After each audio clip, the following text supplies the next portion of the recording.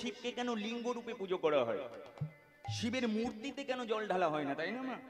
শিবের লিঙ্গতে কেন জল ঢালা হয়? আর শিবলিঙ্গে জল ঢাললে পারে আমাদের কি ফল প্রাপ্তি হবে?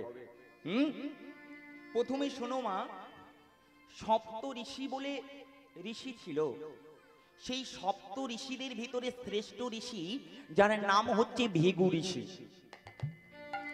এই সপ্ত ঋষি যজ্ঞ করেছিল, সেই যজ্ঞে একটা ফল উঠেছিল। এইবার ওই ভৃগু ঋষি মনে মনে ভাবছেন, আমি যে যজ্ঞ করি এত মহাপুণ্যের ফল পেয়েছি, এই ফল আমি কোন দেবতাকে দেব? আমি তো যাকে তাকে দিতে পারি না। যাকে ফলটা দেব তার যোগ্যতা আছে কিনা তবেই তো দেবো বাবা, তাই তো? ধরুন আমি অফিসার হব, তো আমার তো তেমন পড়াশোনার ক্ষমতা থাকতে হবে, তবেই তো আমি পাবো, নাকি বাবা? তো ওই ভৃগু ঋষি মনে মনে ভাবছেন, তিনটে তো দেবতা, ব্রহ্মা বিষ্ণু মহেশ্বর, তো এই তিনটে দেবতার ভিতরে আমি কাকে দেব? আমি যদি মহেশ্বরকে দিই তাহলে বিষ্ণু রাগ করবে, বিষ্ণুকে দিলে ব্রহ্মা রাগ করবে, তো আমি এই একটা ফল আমি কাকে দেব?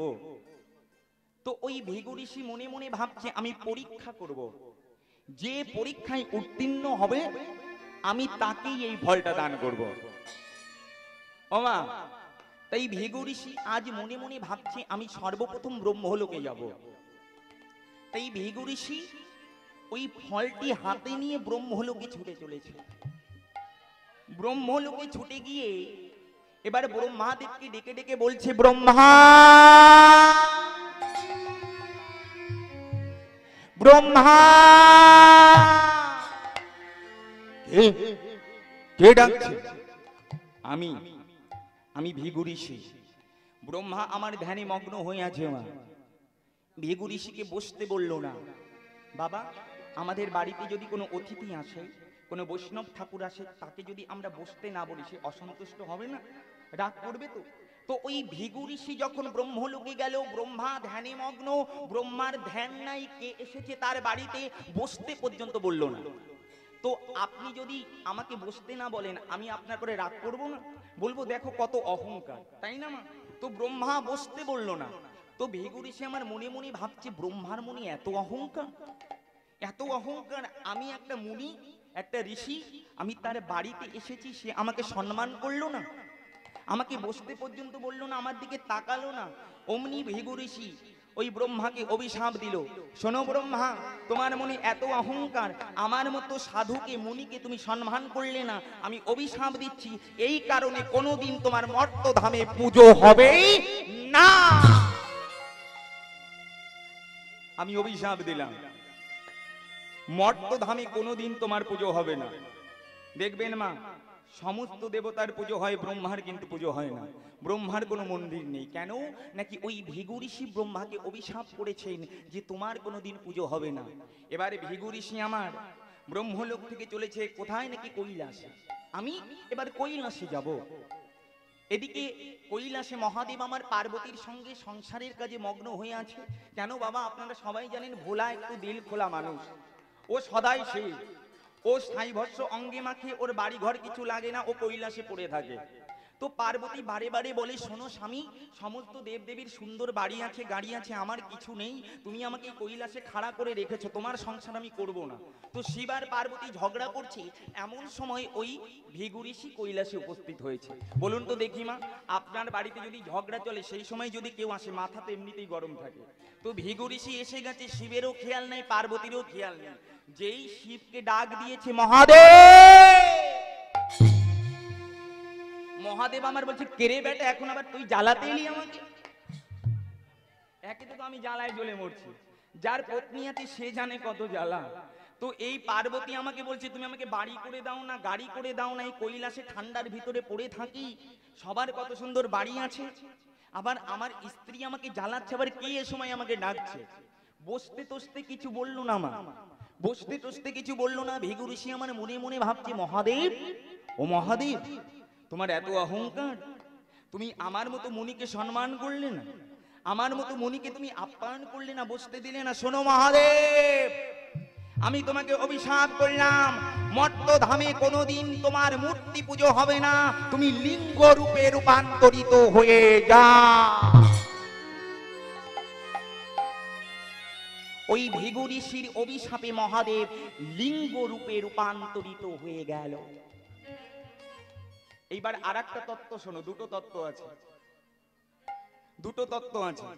একটা তো ভৃগু ঋষির অভিশাপে হয়ে গেল, আর একটা হচ্ছে একদিন মুনি ঋষি পত্নীরা তারা স্নান করছিল, আর ভোলানাথ আমার কি করেছে, ওই পার্বতী যখন মারা গেল তার দেহটা নিয়ে নৃত্য করছিল, তখন তো বেশভূষা কিছু ছিল না, নাচতে নাচতে কেউ যদি ধরুন কেউ যদি গাঁজা খেয়ে এখন নাচতে নাচতে যায় তার বসন ভূষণ ঠিক থাকবে, খুলে পড়ে যাবে। হরে কৃষ্ণ। তো বাবা ওই শিব আমার পার্বতীকে কাঁধে নিয়ে নাচছে, তার কোনো ধ্যান নাই গায়ে বসন আছে কিনা, কেন সে তো পত্নী বিয়োগে ব্যথিত হয়ে আছে।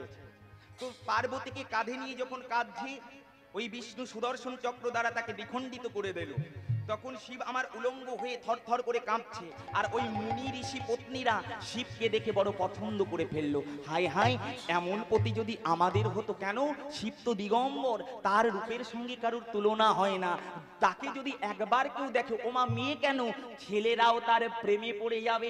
তাই তো ছেলেরা কালী পুজো করে, শিবের পুজো করে, তারকেশ্বরে ছেলেরা জলে ঢালতে যায় বাঁধে করে, বাবা ভোলা বাবা ভোলা, কেন ভোলার যে বড় দিল খোলা, ওই ভোলার কাছে যদি কেউ পাতে ঝোলা, ভোলা আমার সবে কিছু তাকে উজাড় করে দেয়।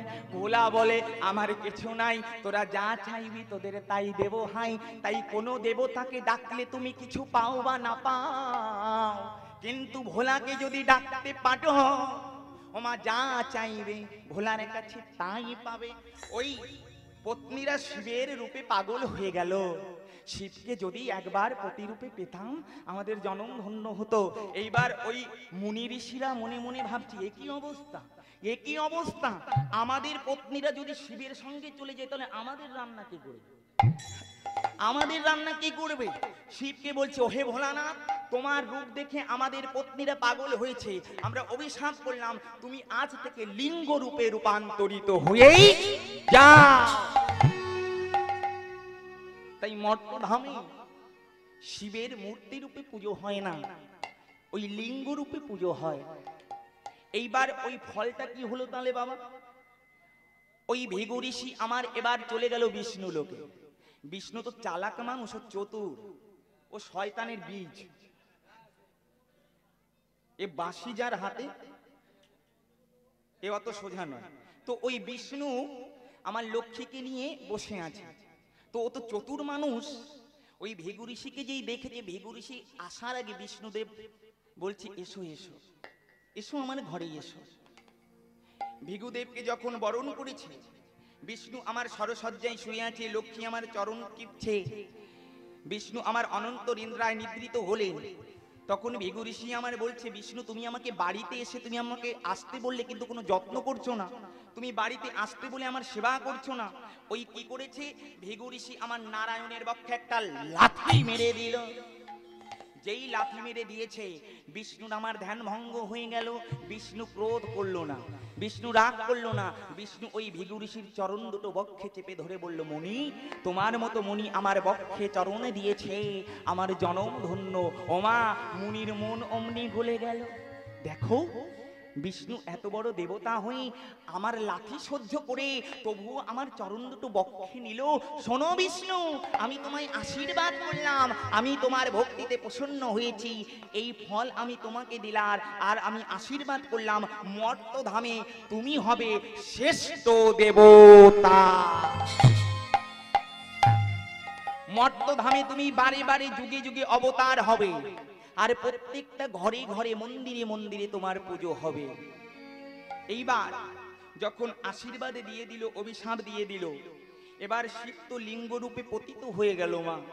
এইবার শিবের পুজো করবার নিয়মটা কি একটু বলি, শোনো। শিব লিঙ্গের পুজোটা কেমন করে করবে মা? কালকে আপনারা শিব চতুর্দশী পালন করেছেন, তাই তো? এবার শুনুন মা, শিবের তিনটে জিনিস বড় প্রিয়, আপনারা সবাই জানেন কি? একটা হচ্ছে ধুতরা ফুল, তাই তো বাবা, একটা আকন্দ ফুল, আর একটা হচ্ছে বেলপত্র, তাই তো?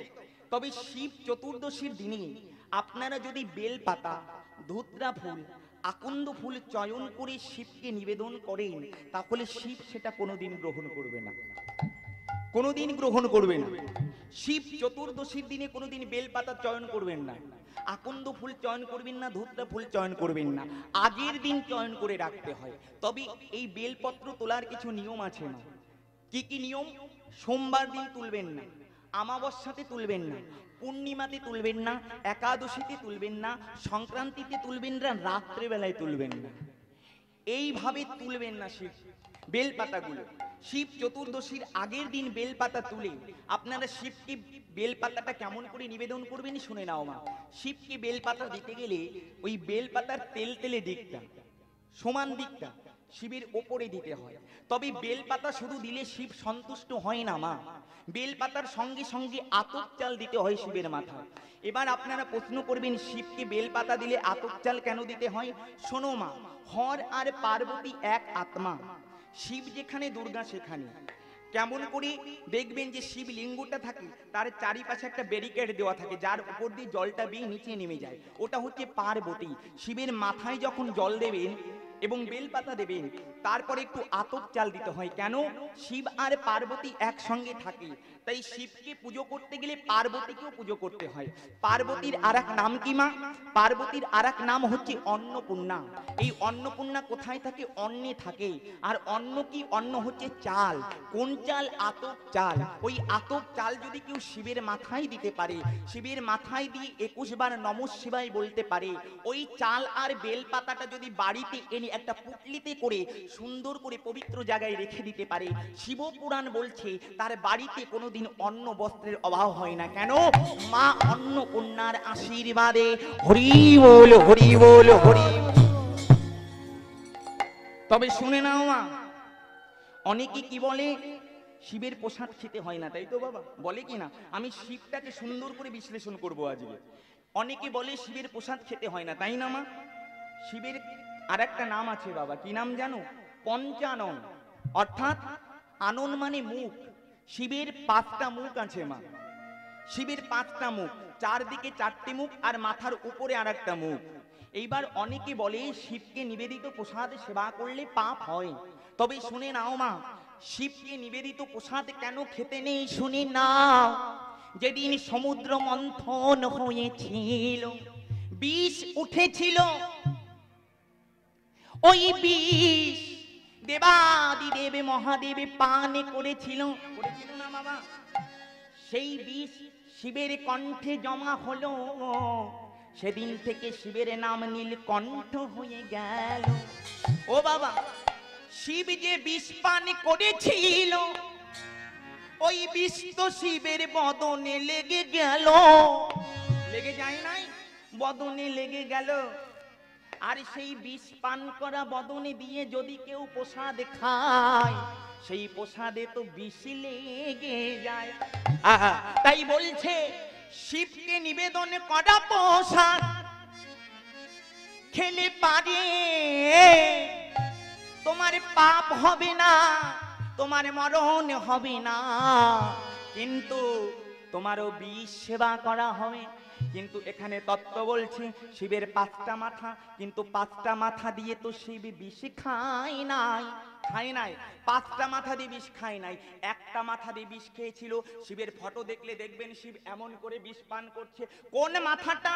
শিবের উপরের মাথাটা, যেটা উপরের দিকে মুখ করে আছে, সেই মাথা দিয়ে শিব বিষ পান করেছিল।